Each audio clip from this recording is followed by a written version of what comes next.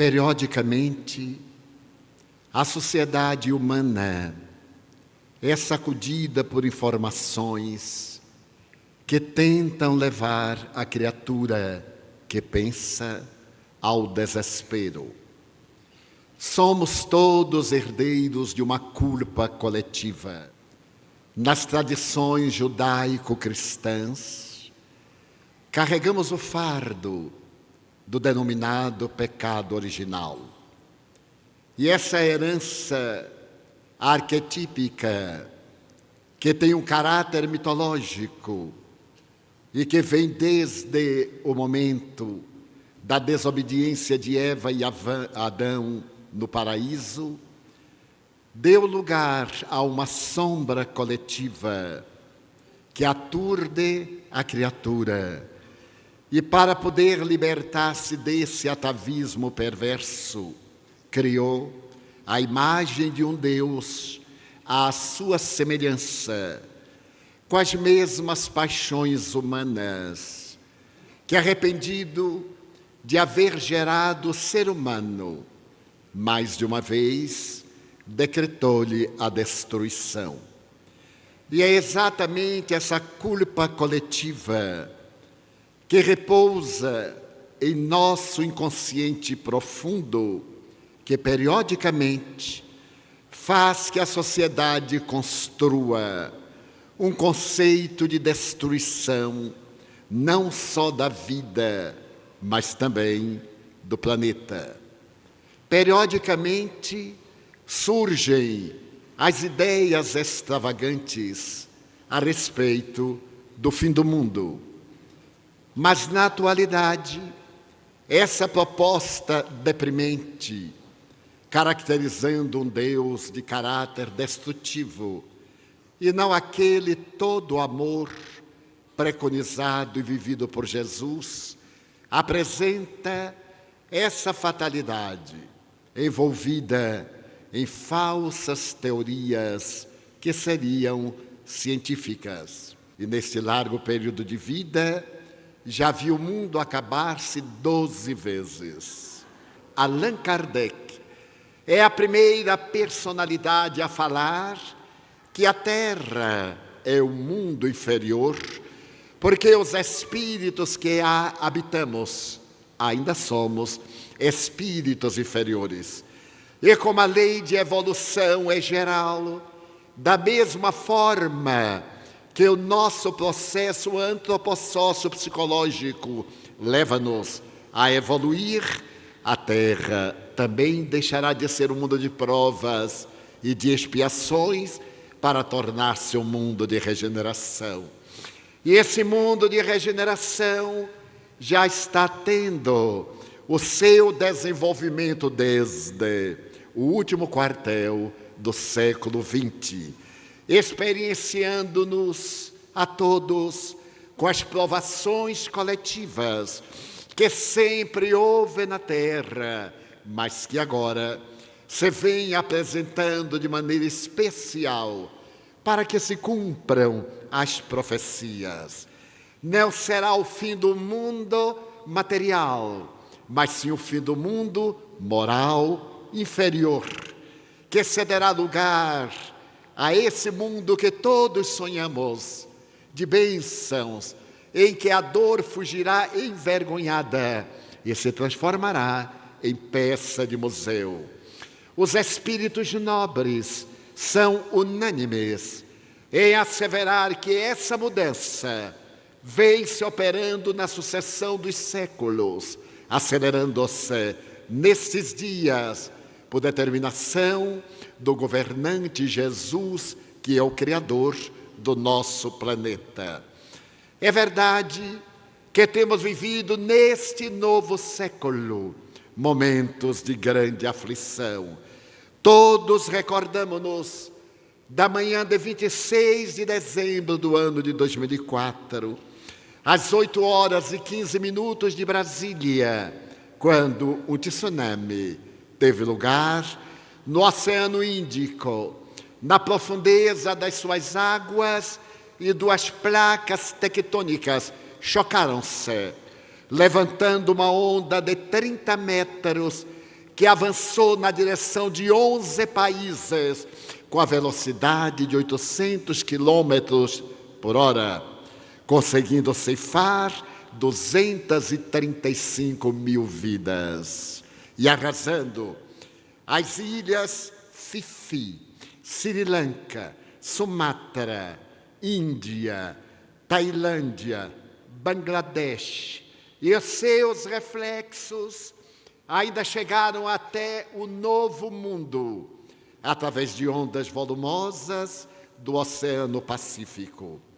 Ainda não nos havíamos recuperado dessa grande tragédia que, além de arrebatar esses 2 centenares e tanto de milhares de vidas, deixou alguns milhões de seres angustiados, atormentados na miséria, na dor, na saudade, no medo de que o novo choque daquelas placas possa reduzir essa região a uma destruição quase generalizada. Mas ainda nos não reabilitáramos desse incidente, quando o Chile foi vítima de um tsunami que, no Oceano Pacífico, destruiu cidades gloriosas e ceifou milhares de vidas. Estávamos saindo do segundo choque, quando então o tsunami avançou terrivelmente na direção do Haiti, o país mais pobre das Américas, e ceifou mais de 100 mil vidas em breves instantes da inominável tragédia. O que a mim particularmente me chama a atenção é que a grande ilha que alberga a República Dominicana e o Haiti tem na sua parte da capital aqueles que eram os mais pobres da comunidade, porque no outro lado da ilha estão os hotéis de luxo, os spas, as grandes mansões que não sofreram nada, mas sim essa área que, ceifando aquelas vidas, arrebatou também a vida da inesquecível doutora Zilda Arnes, encarregada de salvar milhões de crianças no mundo através do seu projeto e da sua dedicação. Então permanecemos estarrecidos e o Brasil levantou-se para ajudar o Haiti até hoje, quando então fomos acometidos pelas cinzas de um vulcão da Islândia que cobriram a Europa, que interromperam o tráfego aéreo, causando durante uma semana prejuízo de bilhões de dólares. E ao sairmos desse tremendo vapor, nós fomos testemunhas do terremoto que sacudiu o Japão e que destruiu mais de 30 mil vidas, com o agravante da problemática da usina de Fukushima e a contaminação das suas águas, do ambiente, alcançando, segundo os dados oficiais da época, uma área de 30 quilômetros, hoje bastante ampliada. E estávamos já tentando esquecer essas tragédias que a todos nos comovem, mas que são parte dos movimentos do globo, também mudando a sua estrutura geológica, quando um outro vulcão, desta vez novamente no Chile, atira cinzas sobre a Patagônia, ceifando a vida vegetal, animal e, naturalmente, perturbando a vida de milhares de pessoas nessa área da Argentina e do Chile. No ano passado, estávamos na cidade de Munique, e ainda de quando em quando as cinzas do vulcão da Islândia eram atiradas na direção da Europa. E deveríamos viajar naquele momento a Berlim. Havíamos feito check-in e dirigíamos-nos para tomar o voo, quando foi anunciado que nova camada de cinzas havia sido expelida e que naquele momento a navegação aérea estava suspensa pelos grandes perigos dos turbojatos, dos jatos, de serem destruídos por problemas de natureza técnica. E tivemos que correr, todos que ali estávamos, à estação ferroviária, para uma viagem que aérea seria de 1h20 e que de trem nos tomaram 7 horas, chegando, no entanto, em tempo de proferir a conferência em Berlim. Mas esses são fenômenos do nosso planeta que sempre ocorrerão, mas que hoje a comunicação virtual, a comunicação global, nos permite acompanhar ao vivo. Uma das piores erupções vulcânicas de que a humanidade se recorda foi do vulcão Krakatoa, no século XIX. Mas a sociedade fora da região somente teve conhecimento meses depois. Aquelas cidades que chegavam a receber os periódicos que davam notícias. Mas graças hoje à comunicação em massa, as informações são céleres e são tão volumosas que os nossos neurônios não podem decodificar, gerando pânico, indiferença ou um estado de paranoia que se vai generalizando. Mas é natural que existem ameaças geológicas, como a série de vulcões no Yellowstone, nos Estados Unidos, como a grande falha da Califórnia. Já que todo o planeta encontra-se mapeado, os vulcanógrafos, os estudiosos sabem que vão acontecer fenômeno, tragédia, tsunami e fenômenos de terremotos e maremotos. A única questão é quando. Mas que eles acontecerão, não há dúvida, porque fazem parte da própria modificação do planeta terrestre, para que adquira um clima estável, para que haja uma modificação na fauna e na flora. E será que o mundo se vai acabar? Do ponto de vista astronômico, Sir James Jeans, o astrofísico inglês, assevera que é óbvio, porque tudo que começa, termina. Mas como a lei de Lavoisier já nos ensina há vários séculos que tudo se transforma, o nosso planeta também será transformado para melhor, quando nós, espíritos, também estivermos numa condição evolutiva que nos permita viver uma Shangri-La, um paraíso, um local de bênçãos, mas sempre transitórios esses lugares, porque procedemos do mundo espiritual. E a Terra é uma cópia imperfeita do mundo espiritual, causal, de onde viemos e para onde vamos. Aqui chegamos através da fecundação, daqui partimos através da desencarnação. E voltamos à pergunta, e o mundo se vai acabar? É óbvio. Sabemos que o nosso planeta e toda a corte em volta do Sol dependem das explosões solares. O Sol converte massa em energia no volume de 230 milhões de toneladas por segundo. Então é natural que vai chegar um momento em que o Sol não terá mais massa para ser convertido em energia. E segundo os astrônomos, se transformará em uma estrela anã. E toda a sua corte será desagregada por ausência de gravidade, de eletromagnetismo, da força quântica forte, da força quântica fraca. Mas isso acontecerá aproximadamente dentro de 11 bilhões de anos.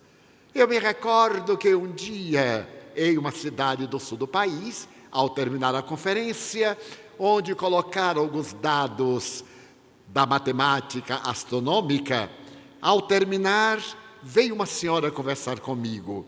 Eu não posso aquilatar a idade da senhora, porque com os recursos de que hoje dispomos, é muito difícil. Desde as pomadas para a pele, ao silicone e as cirurgias mas o que eu posso afirmar é que ela estava entre 40 e 70 anos. Muito difícil de definir a data. E ela veio nervosa, pegou as minhas 2 mãos e me perguntou: irmão Divaldo, é verdade que o mundo se vai acabar? Ele é uma verdade astronômica. Mas não me diga quando isto vai suceder. Eu disse: bem, dentro de 11 bilhões de anos. Ela levou as mãos postas. Meu Deus, exclamou, que será de mim que ainda não me casei? Portanto, ela terá tempo suficiente para as suas núpcias. Mas os dados astronômicos são verdadeiramente fascinantes. Então, é provável que as grandes alterações solares, as explosões nucleares, que levantam manchas, que levantam labaredas maiores do que a Terra, como aconteceu no dia 5 de outubro de 2005, quando houve explosão apresentando uma mancha maior do que a do planeta terrestre. E no dia 25 do mesmo mês, quando a mancha foi maior do que o planeta Júpiter, a Terra sofreu o grande problema que se converteu na tragédia que destruiu uma parte dos Estados Unidos da América, especialmente com aquele Katrina que devorou a cidade de New Orleans. Então estamos sujeitos aos caprichos solares e pode ser que o nosso planeta torne-se vítima dessas explosões e naturalmente haja problemáticas variadas em nosso clima, no comportamento dos oceanos e etc. Mas esses fenômenos têm ocorrido com frequência. Também teria uma outra possibilidade: a queda de um meteoro na Terra, produzindo choque de tal maneira que modificaria a inclinação do eixo do nosso planeta querido, ou poderia causar a sua destruição, como aconteceu em período recuado com o tremendo meteoro que caiu na Rússia, na Sibéria, e levantou uma onda de poeira que cobriu o orbe por mais de 1 milhão de anos, extinguindo os dinossauros, a flora e toda a fauna ambiental. Mas a ciência terrestre e a tecnologia de ponta, detectando meteoros de grande expressão, já dispõe de recursos para interceptar-lhes a queda, enviando espaçonaves ou mísseis teleguiados que terão nas suas ogivas bombas nucleares capazes de reduzir esses meteoros colossais a fragmentos que, ao caírem na Terra ou perderem-se no espaço pelo atrito, não poderiam prejudicar de maneira que nos destruíssemos. Há, no entanto, um perigo. As grandes nações terrestres, ambicionando o poder temporal e mentiroso, dispõem de arsenais atômicos que poderiam destruir a Terra 1000 vezes. Então, o grande problema é a criatura humana. O professor Pietro Baldi, o extraordinário místico italiano, profetizou que não poderíamos ter uma terceira guerra mundial, porquanto, escreveu ele na década de 50 do século passado, numa terceira guerra mundial de fissão nuclear, o vencedor tombaria sobre o vencido, porque os ventos levariam a contaminação nuclear a praticamente toda a Terra, e o país vitorioso seria vítima da sua própria engenhosidade, reduzindo-se àquela situação deplorável e dando lugar aos sofrimentos coletivos. Mas o ser humano, tido pelos estudiosos como o maior predador do planeta, vem destruindo a vida. E podemos perceber no contínuo aumentar de temperatura terrestre, o degelo da Groenlândia, dos polos, ameaçando as cidades litorâneas, quando os oceanos poderiam crescer um volume de água até 7 a 9 metros, naturalmente criando gravíssimos problemas para os seres terrestres. E nós continuamos poluindo no grande encontro de Kyoto para estabelecer-se a necessária precaução para preservar a Terra. Eis que as grandes nações, como a China, os Estados Unidos da América, a Rússia, não firmaram o tratado. E as tentativas posteriores não têm encontrado ressonância nas grandes nações que, tendo seus deuses, denominam o poder como Deus mais temerário e acreditam que o que vale é este momento para que se possa desfrutar neles o gozo, o prazer, já que mesmo nos chamados países super desenvolvidos, a dor vergasta centenas de milhões de vidas, porque ninguém está indene ao sofrimento interior, à solidão, ao medo, à ansiedade, à culpa que devora grande parte da nossa sociedade. Mas que diz Jesus a respeito? Quase todos nós conhecemos as afirmações do Apocalipse de João, que tem merecido, através da história, interpretações variadas, adaptadas a cada contexto, como no caso dos 4 cavaleiros, que semeariam a peste, a guerra, a morte, a fome no planeta e em todos os períodos antes e depois do enunciado do grande discípulo em Pátimos. A humanidade continua experimentando a guerra, as pestes, a fome, a dor. E no momento, ao lado dessas ameaças, a drogadição, geradora da violência, dos desastres das famílias, do desequilíbrio, da perda do sentido existencial. Foi Jesus, no entanto, aquele quem por primeiro estabeleceu que este planeta é transitório.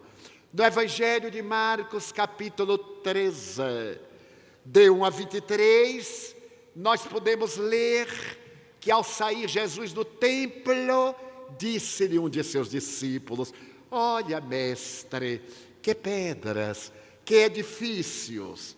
Disse-lhe Jesus: vês, estes grandes edifícios, não ficará pedra que não seja derrubada. Para que possamos entender a magnitude das palavras de Jesus, merece recordarmos da história do templo de Jerusalém. Não era apenas um santuário, era praticamente uma cidadela. Ao tempo de Jesus, as construções de tudo aquilo que constituía o templo eram tão colossais que foram consideradas a mais notável obra da sua época, podendo haver sido escrita ao lado das 7 maravilhas do mundo, construído inicialmente por Zorobabel. Mais tarde ele foi destruído, e quando Ciro, rei dos persas, conquistou um país que estava abrigando os hebreus, a Babilônia, ele libertou Esdras e uma elite de judeus, concedendo-lhes o privilégio de voltarem a Jerusalém com seu povo, ali escravizado por 300 anos, concedendo a Esdras a missão de recompilar o Pentateuco de Moisés, que se havia perdido na tradição oral, e reconstruir o templo de Jerusalém. Mais tarde, o rei Salomão embeleza-o, e posteriormente, como dissemos ontem, Herodes o Grande manda colocar uma parreira de ouro maciço na entrada do santuário. Esse templo era, portanto, uma glória, era a honra de Israel. E Jesus, olhando a soberba, assevera que não ficará pedra, que não seja derrubada. De fato, no ano 68 depois dele, Tito, o filho do imperador Vespasiano, sitiou Jerusalém por 2 anos. E ao conseguir vencer os judeus, entrou em Jerusalém, destruiu a cidade, derrubou o templo, incendiou e não deixou pedra que não fosse derrubada. Deveremos recordar que as pedras pesavam entre 10 e 20 toneladas cada uma, ficando somente a parede oriental para sustentar o Monte Sião, onde estava construído, que constitui desde a primeira diáspora do ano 70, o Muro das Lamentações. Então, estando ele sentado no Monte das Oliveiras, defronte do templo, perguntaram-lhe em particular Pedro, Tiago, João e André: dize-nos, quando sucederão estas coisas e que sinal haverá quando todas elas estiverem para se cumprir? O sermão profético é de uma beleza trágico-lirial, porque ele diz: vede que ninguém vos engane. Muitos virão em meu nome dizendo: sou eu, e enganarão a muitos. Quando, porém, ouvirdes falar de guerras e rumores de guerras, não vos assusteis, porque é necessário que assim aconteça, mas não é ainda o fim. Quantas guerras! Nesses 2000 anos quase, depois que ele proferiu essa frase, quantos rumores de guerras, significando o começo de uma nova era, mas não o fim. Pois se levantará nação contra nação e reino contra reino. Haverá terremotos em vários lugares e haverá fomes. Estas coisas são o princípio das dores. A fome no Sudão. Neste momento, no atormentado território da África, no qual as etnias entredevoram-se, 3 milhões de pessoas estão morrendo à fome. Nem mesmo a interferência da ONU para apaziguar as etnias, uma das quais atende a paixões de tradições religiosas, impede que o alimento chegue a outra etnia que pertence ao mesmo povo, condenado à morte por inanição.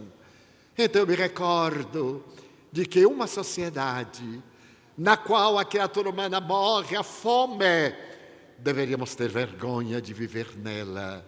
E me recordo de um dia, quando uma senhora chegou à porta da mansão do caminho, trazendo algo nos braços, coberta por um tecido imundo. E quando nós erguemos, era uma criança esquálida, de quase 2 anos, mas com a aparência de alguns meses.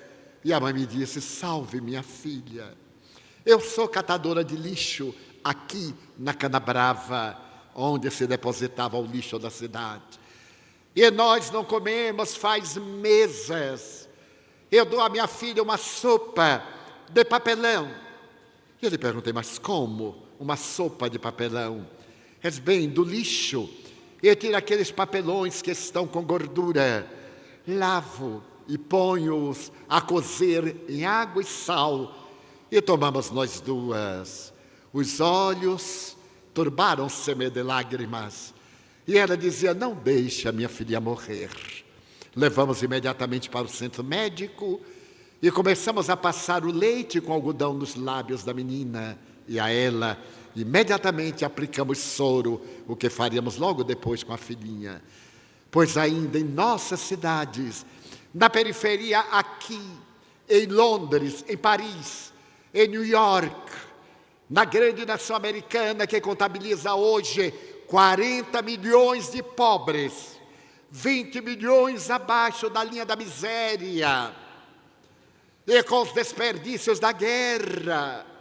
Então Jesus recorda que se levantará nação contra nação e reino contra reino, que haverá fomes e que tudo isto é o princípio das dores. Um irmão entregará a morte a seu irmão e um pai a seu filho.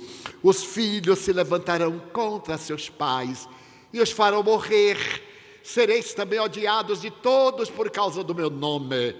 Mas aquele que perseverar até o fim, esse será salvo. Quando eu li esse sermão profético, eu era muito jovem, porque por incrível que pareça, eu já fui jovem. Muita gente pensa que os idosos não foram jovens. Eu tenho até fotografia para provar que já fui jovem. Recordo-me de um incidente. Estava na cidade de Itumbiara, no mês de fevereiro do ano passado. E éramos todos júbilos com um grupo de amigos. Quando chegaram trabalhadores e disseram: irmão Divaldo, casualmente hoje estamos comemorando 50 anos da primeira visita que o irmão nos fez aqui, por volta de 1951. Então, ou melhor, 61. Eu olhei para eles e fiquei emocionado. Estava uma senhora com um ramo de flores e o cavalheiro mais idoso disse: esta é minha filha. Ela lhe deu um buquê de rosas aos 4 anos de idade. Hoje já é avó. Eu me senti um verdadeiro dinossauro, mas continuei tranquilo. E o amigo foi, ela me entregou as rosas. Eu sorri, lembrei-me daquela menina que houvera feito mesmo 50 anos antes.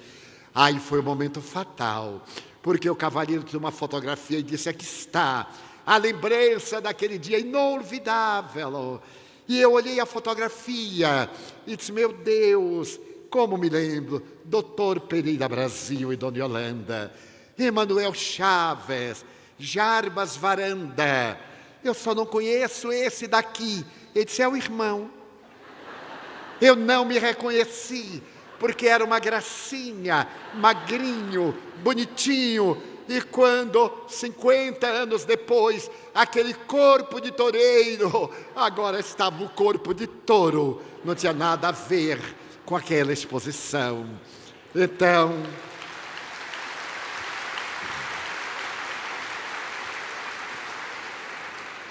perseverar até o fim, prosseguir. Mas naquele tempo eu era jovem quando li o sermão. Eu digo: nunca um irmão entregar a morte a seu irmão, um pai a seu filho, os filhos levantar-se contra seus pais e os fazerem morrer. Mas eu acompanhei a Segunda Guerra Mundial, quando o nazismo chegou ao máximo e os filhos denunciavam os pais que não pertenciam ao partido, e os pais iam para as câmaras de gás. Os pais levavam as crianças para as câmaras de gás, as crianças que sofriam de enurese, que molhavam a cama durante a noite, porque era uma desonra para a raça que Hitler e Himmler estavam tentando construir. Ficou no meu inconsciente por muitos anos a tragédia dos campos de concentração, principalmente no campo de Auschwitz. Eu havia lido várias obras. A autobiografia de Viktor Frankl, no seu livro Em Busca de Sentido, que a Biblioteca do Congresso Americano considera uma das 100 obras mais notáveis da humanidade.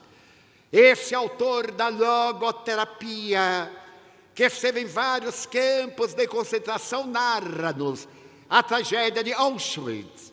E durante anos eu pensava naqueles fornos crematórios, até que, depois de visitar vários campos na Alemanha, na República Tcheca, na Áustria, no dia 31 de maio do ano passado, com um grupo de amigos gaúchos e austríacos, estávamos em Auschwitz, assistido por uma socióloga que nos apresentava a tragédia daquela verdadeira ilha de abetos, de coníferas, mas que está no centro da Europa e facilitava o intercâmbio de toda a Europa, onde foi erguido, no antigo quartel do exército polonês, o campo de concentração e de extermínio, e ali foram assassinadas 1.100.000 pessoas. 1.100.000 pessoas, de fins de 1939 até abril de 1945. Então começamos a percorrer os vários pavilhões. Eu já visitei muitos lugares no mundo onde houve o terror e onde houve a beleza, a Gruta de Belém, o Calvário, outras regiões, mas o lugar mais terrível da minha vida foi Auschwitz. As nuvens mentais, a psicosfera densa, a agressividade, 60 anos depois, mais de 60 anos depois. E fomos em alguns pavilhões, um deles tinha a sala dos cabelos, porque quando saltavam do trem, passavam pelos funcionários que raspavam todas as cabeças, e ali amontoaram 7 toneladas de cabelos. 3 toneladas de cabelos foram mandadas para Berlim, para serem transformadas com algodão em roupas. Os soldados então vestiam cabelo humano e não sabiam. Então olhamos os cabelos descoloridos pelo tempo, o horror de sala em sala. Passemos pela sala do Dr. Morte, o infeliz médico que desencarnou aqui no Brasil, que se comprazia nos tremendos trabalhos falsamente científicos de destruir vidas. Mas chegamos ao momento fatal, um monte, ali era a câmara de gás. A Cruz Vermelha não via, porque a face de entrada era do outro lado. Adentremos-nos naquela sala baixa, onde eram colocadas em média 500 a 1.000 pessoas. E se abria o bico de gás, os bicos de gás, por onde entrava o veneno de rato, por ser mais barato. E eles estorcegavam entre 15 e 25 minutos até a morte. E logo depois que abriam os aspiradores, as portas imensas para os fornos crematórios. Outros judeus carregavam aqueles cadáveres e atiravam dos fornos como se fossem lenha. Eles seriam os próximos a morrer. Como pode a criatura humana chegar a esse nível?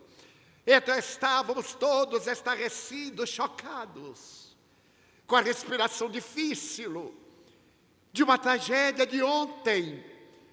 E dizia, meu Deus, isso não pode acontecer novamente. Sim, e aconteceu, e está acontecendo no mundo. Mas o momento clímax foi quando saímos. Eu me apoiava discretamente no braço de um amigo, porque não enxergava, e não queria denunciar aquele estado psíquico, aquele estado mediúnico. O horror das vítimas na sala, estorcegando, gritando por justiça. Milhares ainda hoje. Então eu peguei no braço de um amigo e fomos saindo para respirar, quando parou um ônibus. E saltaram crianças com problemas, crianças com distúrbios mentais, com cegueira, com surdez, com deformidade, e formaram uma fila, conduzidas, essas crianças, por algumas educadoras. Eu achei estranho. E adentraram-se na câmara de gás. Então aquilo me chamou a atenção, aquela névoa e aqueles seres. Então eu pedi a Conrad, o amigo que fala excelente vários idiomas, principalmente português, polonês de origem, trabalhador espírita, para que se me fizesse o intérprete.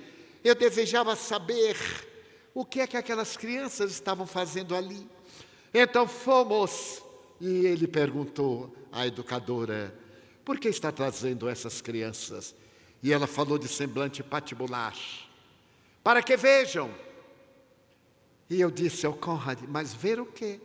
Se eles são cegos. E ele traduziu, E ela disse: não importa.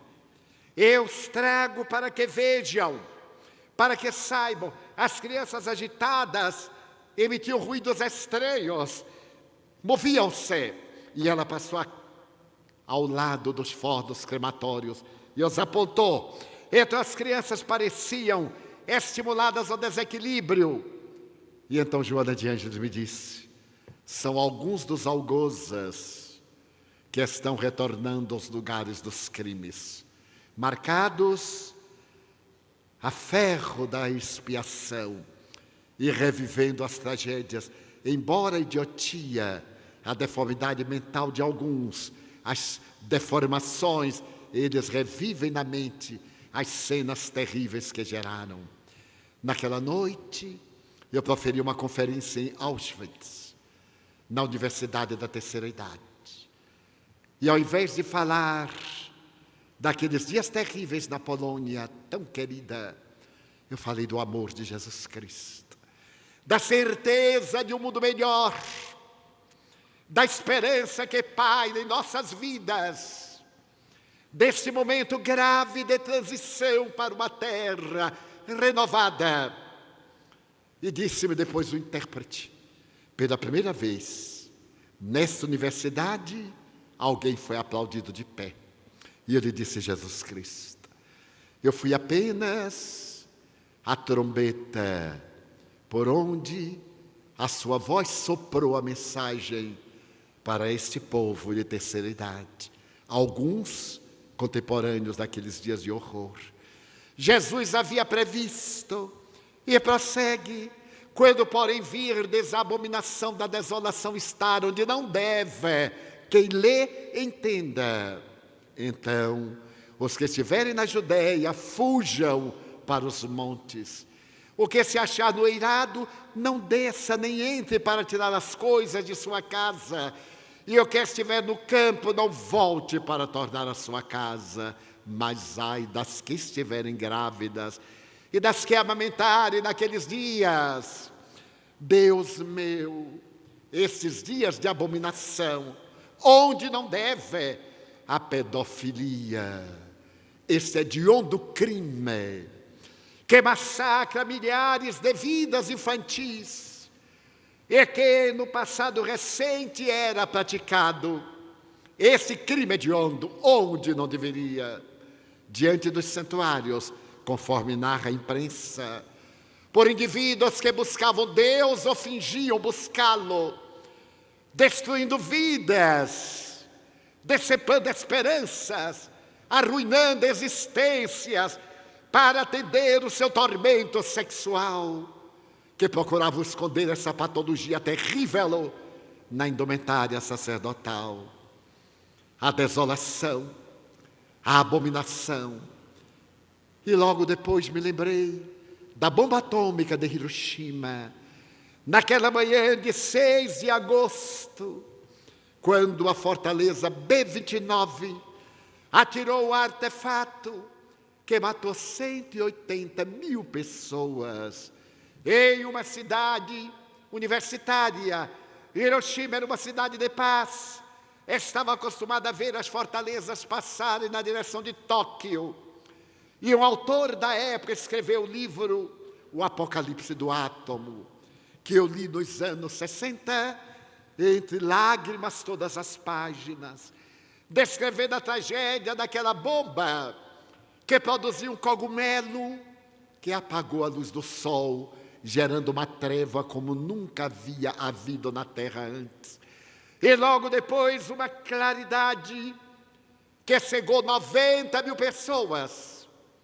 E logo após o estrondo que arrebentou os tímpanos. E de imediato uma temperatura de 10 mil graus centígrados. A temperatura do Sol é de 6.648 graus. 10 mil graus centígrados derretem os metais e as pedras. E logo depois os ventos que arrancavam as vísceras das pessoas, os pulmões, através das costelas. E aquela ardência, ninguém sabia o que era quando começou a chover. A cidade de Hiroshima é cortada pelo rio Ota e os seus 7 braços, que imediatamente evaporaram as águas. Então começou a chover, mas não era chuva, era estrôncio 90, que condenou sobreviventes ao câncer, que os transformou em vítimas. E ai das grávidas, porque contaminadas geraram filhos leucêmicos. As que amamentavam geraram filhos e descendentes leucêmicos até hoje. E logo depois, a bomba de Nagasaki.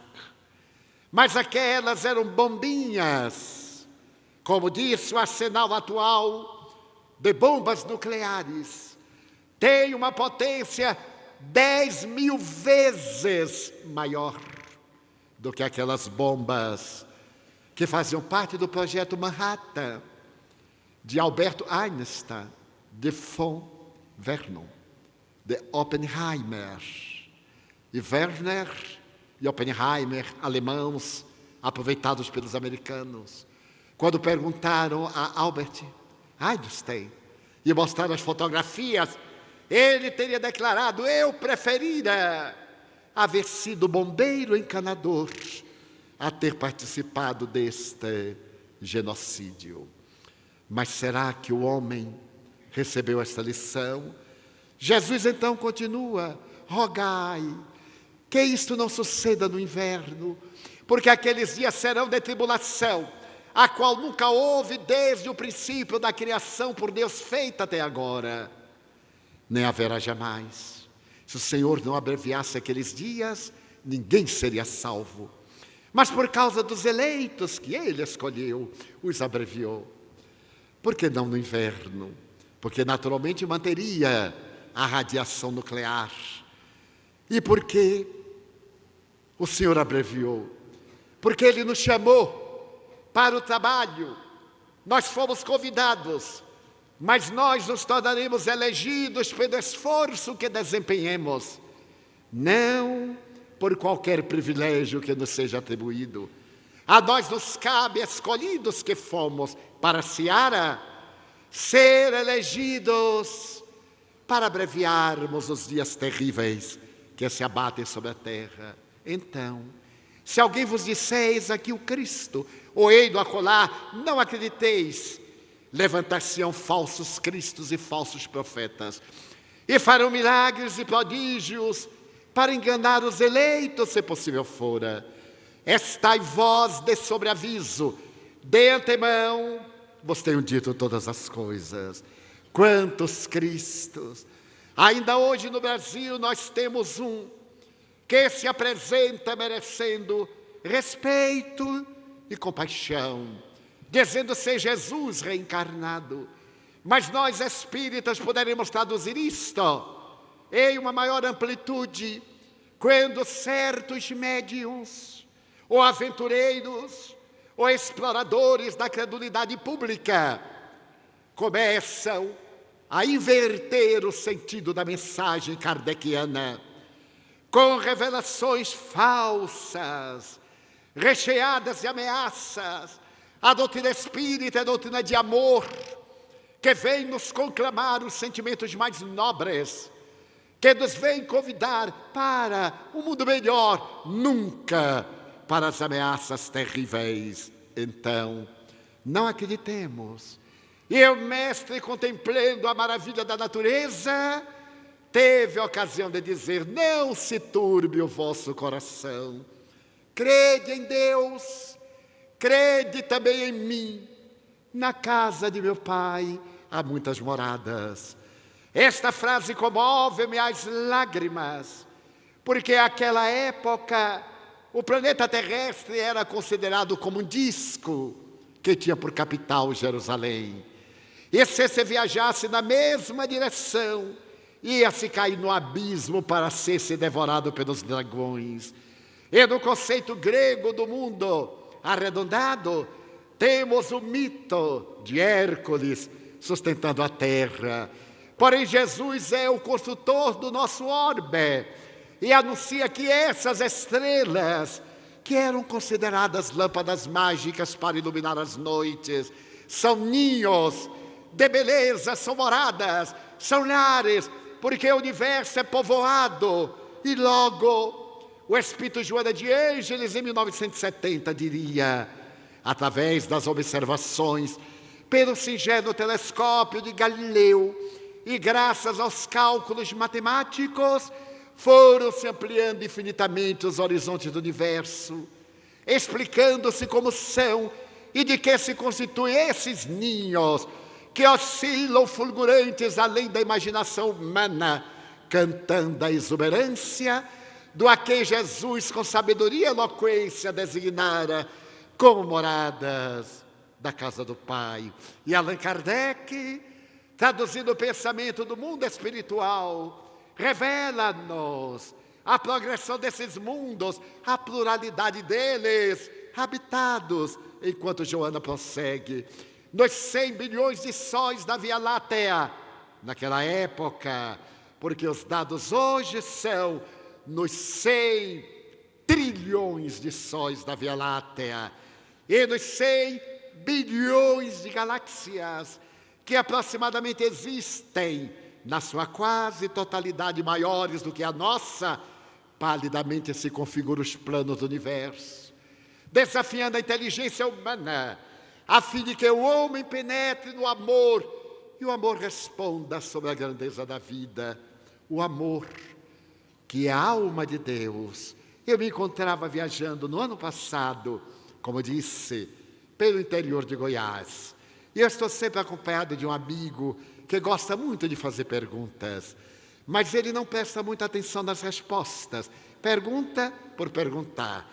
E chegamos a uma cidade que nos desafiou, porque uma menina de 4 anos, quando chegamos, ela correu, Vodi. Eu quero dizer que estou esperando hoje a minha cachorrinha parir. E eu olhei aquele pedaço de gente, aquela ameaça ao futuro, e sorri. E meu amigo também olhou. Quando voltamos da conferência, antes do lanche, ela veio correndo e meu amigo, para ser gentil, perguntou-lhe: então, a sua cachorrinha já teve neném? Ela disse: não, teve cachorrinho. E eu fui sorrir e ela tocou minhas pernas e disse: Vodi, quem fez Deus? E eu disse: mas eu não acredito que isto está acontecendo. Sorri e tentei embaraçá-la. Ela sorriu também e voltou à carga. Vodi, quem fez Deus? Eu disse: o amor, minha filha. E quem fez o amor foi Deus. É lógico, não é? E saiu.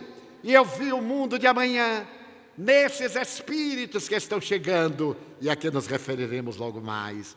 Além delas, continua Joana, vencendo distâncias inimagináveis, impondo perplexidade nas mentes. Foram recentemente detectadas as quasares, que são fontes quase estelares de radiação, as pulsares, as manchas espaciais e supernovas, que produzem brilho de até 10 milhões de vezes mais. Eu não posso conceber um brilho 1000 vezes maior do que este, mas 10 milhões de vezes mais do que o Sol. Ultrapassa tudo que a minha pobre imaginação pode conceber. Então, Allan Kardec, no capítulo 18 de A Gênese, referindo-se aos sinais dos tempos, esse mérito psicólogo, astrônomo e profeta, tornada adulta, diz ele, a humanidade tem novas necessidades, aspirações mais vastas e mais elevadas, despoja-se em consequência das faixas infantis e se lança impelida por irresistível força para as margens desconhecidas em busca de novos horizontes menos limitados. Para que na terra sejam felizes os homens, é preciso que somente a povoem espíritos bons, encarnados e desencarnados, que somente ao bem se dediquem. Havendo chegado o tempo, grande imigração se verifica dos que a habitam, a dos que praticam o mal pelo mal, ainda não tocados pelo sentimento do bem, os quais, já não sendo dignos do planeta transformado, serão excluídos, porque senão lhe ocasionariam de novo perturbação e confusão e constituiriam obstáculo ao progresso. Substituí-los-ão espíritos melhores, que farão reino em seu seio a justiça, a paz e a fraternidade. E prossegue o codificador: a época atual é de transição. Confundem-se os elementos das duas gerações. Colocados no ponto intermédio, assistimos à partida de uma e à chegada da outra, já se assinalando cada uma no mundo pelos caracteres que lhes são peculiares. E mais adiante opera-se, presentemente, um desses movimentos gerais, destinados a realizar uma remodelação da humanidade. A multiplicidade das causas de destruição constitui sinal característico dos tempos, visto que elas apressarão a eclosão dos novos germens. Mas o notável pesquisador vai além e na questão 728 do Livro dos Espíritos interroga: é lei da natureza a destruição? E respondem os mentores: preciso é que tudo se destrua para renascer e se regenerar. Porque o que chamais destruição não passa de uma transformação, que tem por fim a renovação e melhoria dos seres vivos. E na 737, com que fim fere Deus a humanidade? Por meio dos flagelos destruidores a que nos referimos, para fazê-la progredir mais depressa. Já não dissemos ser a destruição uma necessidade para a regeneração moral dos espíritos que, em cada nova existência, sobem um degrau na escala do aperfeiçoamento? Preciso é que se veja o objetivo para que os resultados possam ser apreciados. Somente do vosso ponto de vista pessoal os apreciais. Daí, em que os qualificais de flagelos, por efeito do prejuízo que vos causam. Essas subversões, porém, são frequentemente necessárias para que mais pronto se dê o advento de uma melhor ordem de coisas e para que se realize alguns anos o que teria exigido muitos séculos, como disseram os maias. Vem agora, no seu tortugueiro, o período de Ióptique, o período das bênçãos. E fascinante o Dr. Fritjof Capra, o físico quântico, no seu ponto de mutação. A crise atual não é apenas uma crise de indivíduos, governos ou instituições sociais. É uma crise de dimensões planetárias. Como indivíduos, como sociedade, como civilização e como ecossistema planetário, estamos chegando a um momento decisivo. E conclui: enquanto a transformação está ocorrendo, a cultura declinante recusa-se a mudar, aferrando-se cada vez mais obstinada e rigidamente às suas ideias obsoletas. As instituições sociais dominantes tampouco cederão seus papéis de protagonistas às novas forças culturais. Mas seu declínio continuará inevitavelmente, e elas acabarão por desintegrar-se, ao mesmo tempo que a cultura nascente continuará ascendendo e assumirá finalmente seu papel de liderança. Aí estão os dois mundos. Os maus partirão para o exílio. Os espíritos nobres de ontem já estão reencarnando-se para o combate do Armagedon, que não será naquele vale, que se travará no altar da consciência de cada um. Espíritos de outra dimensão, diz-nos Manuel Filomeno de Miranda, de Alcione, uma das constelações das Pleiades, na constelação do Touro. Diz-nos ele no seu livro Transição Planetária: reencarnar-se-ão na Terra, já estão. Que importe se será de Alcione ou de outro lugar, porque o universo é a nossa casa.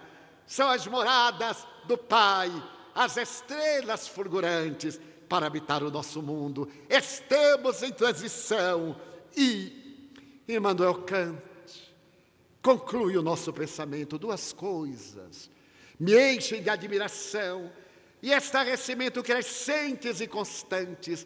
Quanto mais tempo e mais sinceramente fico refletindo acerca delas. Os céus estrelados lá fora e a lei moral aqui dentro. Eu gostaria de vos deixar uma mensagem para reflexão profunda. Estava em Nova York no ano passado, nesse período, e ao terminar uma conferência, um cavalheiro acercou-se-me e, através do intérprete, me perguntou: o senhor viaja muito? Eu gostaria de lhe contar uma história que eu vou colocar na internet. A minha história, para que o senhor contasse, aonde quer que vá. Eu acabo de lhe ouvir falar sobre a transição do planeta, o mundo melhor. Então aquele cavalheiro entre lágrimas me disse: cheguei em casa para o jantar, a mesa posta e a minha mulher. Abruptamente ele disse: quero o divórcio. Ela teve um choque, pensou que era brincadeira, mas o meu semblante estava carregado. Ele disse: quero o divórcio. Por fim eu tive coragem. Quero o divórcio porque nosso amor acabou. Estamos casados faz 19 anos. Nosso filho tem 17. Somos apenas amigos que se detestam fraternalmente. Dormimos no mesmo teto. Mas como eu sou um homem honrado, quero dizer que eu estou com outra. E não desejo uma vida paralela. Eu lhe darei 30% das minhas ações em nossa empresa. Lhe darei a mansão, o automóvel. Lhe darei uma pensão boa e uma pensão para meu filho, mas eu quero o divórcio. Ela deu um grito, blasfemou e começou a injuriar-me. Eu já esperava. Fazia já um mês que eu queria falar, mas não tinha coragem. No dia seguinte, quando eu cheguei, a mesa estava posta e ela estava escrevendo no birro ao lado. Nenhuma palavra. Na terceira noite, quando eu cheguei, ela continuava escrevendo. Nenhuma palavra. Na quarta noite eu lhe perguntei: então, o que é que você me responde? Ela estava exageradamente serena.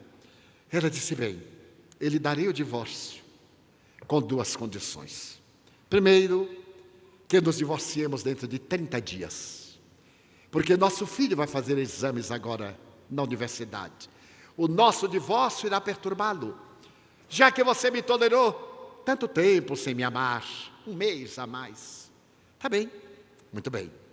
E a segunda questão é: quando nos casamos, você me carregou da porta até o quarto. Lembra? Sim, era loucura de jovem. Então eu quero lhe pedir que nestes 30 dias você me carregue do quarto até aqui a sala de jantar. Mas está louca? É a minha condição. Mas eu não farei isto. Então eu não cederei o divórcio. Iremos para o litigioso e eu arruíno você. A opção é sua.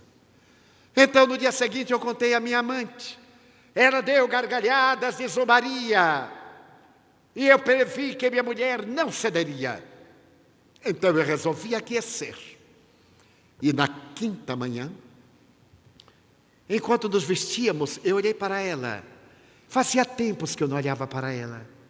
Ela estava magra. E então ela se vestiu, eu me aproximei, carreguei-a.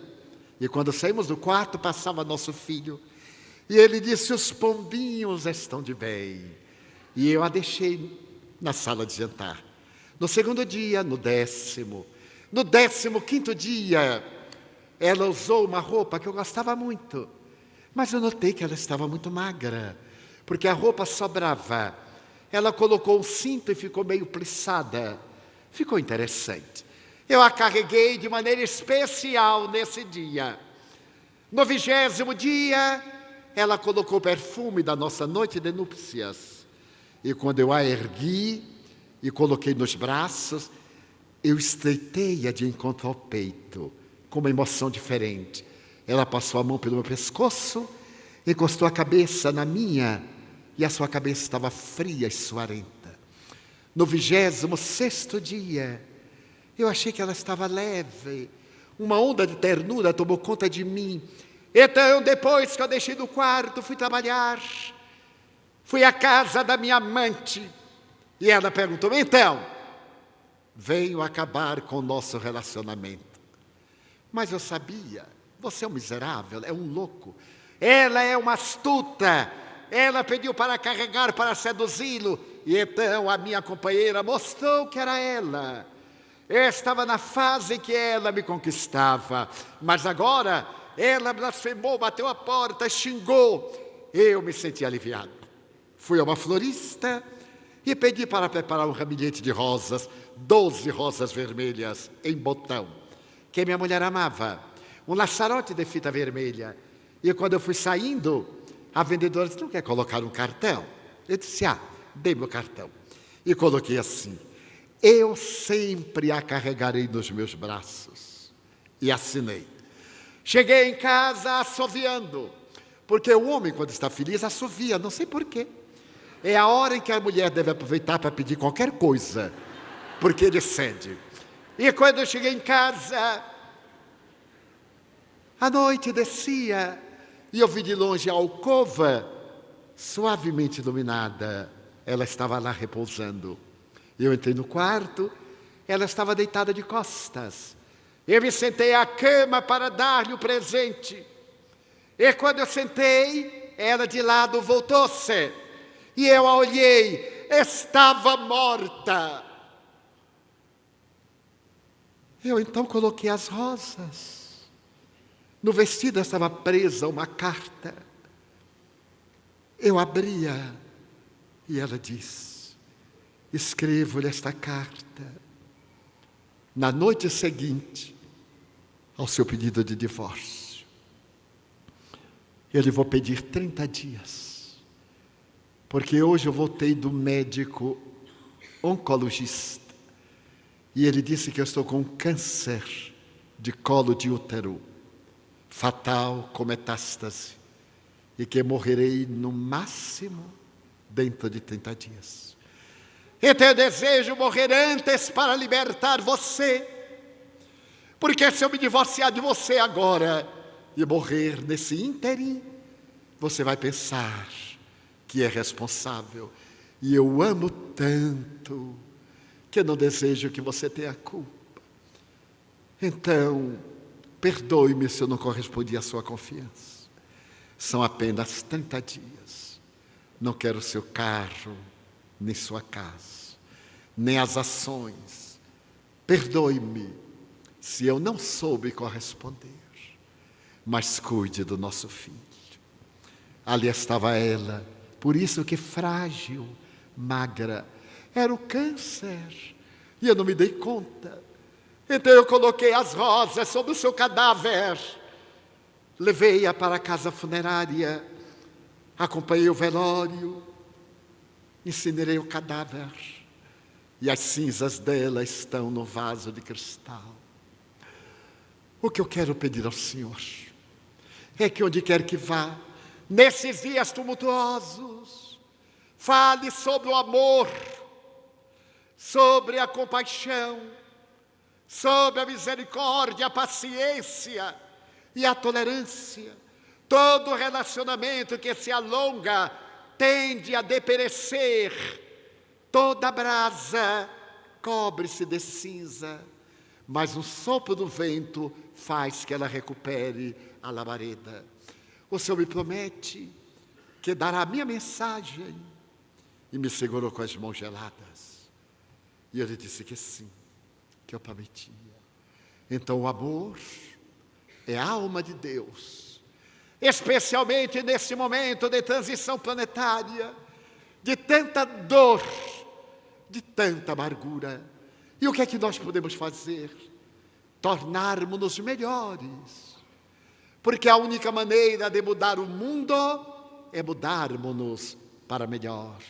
Darmos a nossa contribuição, plantar uma árvore que seja frutífera, saudarmos alguém com um gesto de ternura, desculparmos a ignorância, cantarmos as bem-aventuranças para que elas se transformem em uma sinfonia no altar do nosso coração.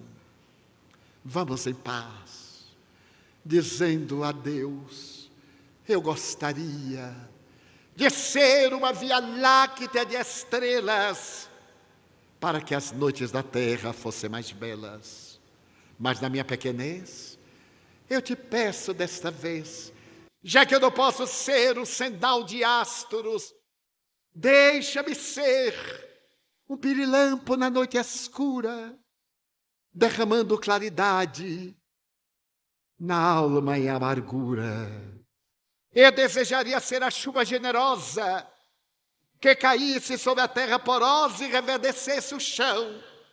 Mas se eu não lograr, deixa-me rogar para ser um copo com água fria, matando a sede e a agonia de alguém na desesperação. Eu queria, Senhor, ser um jardim de flores de todas as cores, mas na minha pobreza eu te peço pelo menos para ser uma rosa solitária na frincha da rocha, colocando beleza no altar da natureza. Eu gostaria de ser um trigal maduro para repletar de pão a mesa da humanidade. Mas eu sou tão pobre, tão só. Deixa-me ser um grão que, caindo no chão, se multiplique no milhão, para dar à humanidade a bênção do pão. Eu queria ser um pomar de frutos maduros. Eu desejava ser a montanha, uma escada imensa para erguer o herói. Mas nada disso eu sou. Então, Senhor, eu desejaria pelo menos ficar à sombra de uma árvore, para quando alguém passar pelo meu caminho, ele diga de mansinho, e lhe pergunte: olá, amigo, para onde vais?